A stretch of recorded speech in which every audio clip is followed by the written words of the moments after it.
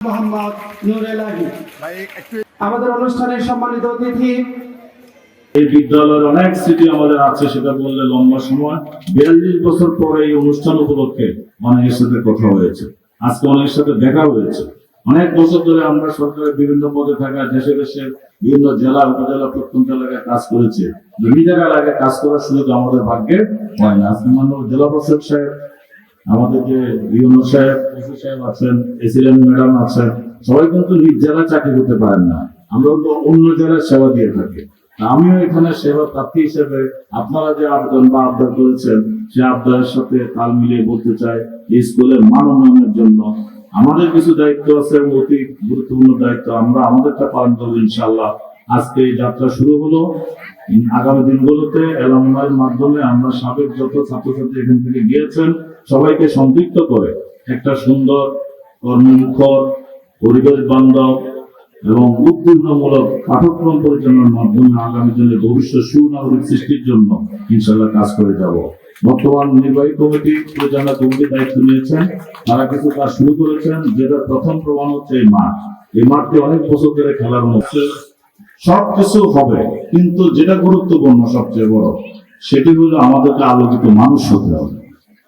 আমরা দেখেন, যখন আমরা এখানে ছাত্র ছিলাম, এখানে একটা হাফ টিনের বেড়া ছিল, ফ্লোর ছিল মাটি, হাফ টিন পর্যন্ত এখন বোঝা যাবে না, অর্ধেক টিনের বেড়া, উপর অর্ধেক দরজা, তারপরে টিন।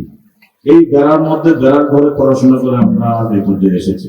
আর এখন অনেক সুন্দর সুন্দর বিল্ডিং হচ্ছে, ফ্যান ঘুরে, কিন্তু হার্ডওয়্যার অনেক উন্নতি হয়েছে, সফটওয়্যার দুর্বল হয়ে গেছে।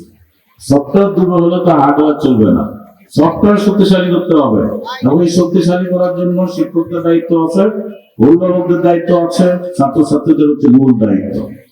কারণ ছাত্রছাত্রীরা, অভিভাবকরা তাদেরকে আদর, মনোযোগ, শাসন, সোহাগ করে নিয়ে আসবে, শিক্ষকরা তাদেরকে পথ দেখাবেন, কিন্তু যেতে হবে ছাত্রছাত্রীদের লক্ষ্যভূমিতে। সেই জন্য তাদের আন্তরিকভাবে পড়াশোনা করতে হবে। এখানে জেলা প্রশাসক মহোদয় আছেন বা যারা প্রতিষ্ঠিত হয়েছেন, বড় ভাইরা এখান থেকে, আমরা যারা বিভিন্ন পর্যায়ে আছি, আমাদেরকে রোল মডেল হিসেবে চিন্তা করে আপনাদেরকে বলতে হবে। বিশেষ করে ছাত্রছাত্রীদের উদ্দেশ্যে বলবো যে আমরা পড়াশোনা করব, আমরা নিবেদিত প্রাণ হব, আমরা সুনাগরিক হব, আমরা মা বাবার কথা শুনবো, শিক্ষকদের কথা শুনবো, তাহলে কাঙ্ক্ষিত লক্ষ্যে আপনারা পৌঁছতে পারবেন। আমি ছাত্রছাত্রীদের অনুরোধ জানাবো যে মা বাবা কিন্তু নিজে না খেয়ে না পরে আপনাদেরকে সুন্দর ধবধবে জামা কাপড় পরিয়ে যা যা চাহিদা আছে পূরণ করে স্কুলে পাঠায়, নিজেরা কষ্ট করে। খবর নিয়ে দেখবেন অনেকে পুরো প্যাক করে ভাতও খান না।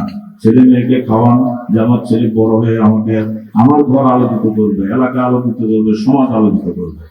মা বাবার সেই প্রত্যাশা পূরণ করার জন্য কিন্তু ছাত্রছাত্রীকে এগিয়ে আসতে হবে। আকাশ থেকে জ্ঞান আসে না, জ্ঞান নিজেকে অর্জন করতে হবে। সেই অর্জনে অভিভাবকদের ভূমিকা তো অবশ্যই আছে, যেটা কথাগুলো আমাদের জেলা প্রশাসক মহোদয় বললেন, অন্যান্য সম্মানিত অতিথিরা বললেন। আপনারা আপনাদের দায়িত্বটা পালন করেন। আমি এখানে মায়েদের দেখতে পাচ্ছি, এটা খুব আনন্দ লাগছে যে আমরা যখন পাশ করে পেয়েছি 42 বছর আগে, তখন কিন্তু আমাদের মা জীবনে কোনো স্কুলে আসেন না, কিন্তু আপনারা এসেছেন, এই জন্য আপনাদের ধন্যবাদ জানাচ্ছি। এটার একটা কারণও আছে, অনেকেরই হয়তো হাজবেন্ড বাইরে আছেন, একজন বিদেশে আছেন, আপনাদেরও দায়িত্ব পড়েছে। এই কঠিন দায়িত্ব পালন করতে হবে। আপনি যদি আপনার সন্তানদের সুশিক্ষিত করতে চান, আলোকিত মানুষ করতে চান, প্রতিষ্ঠিত দেখতে চান, তাহলে কষ্ট করতে হবে।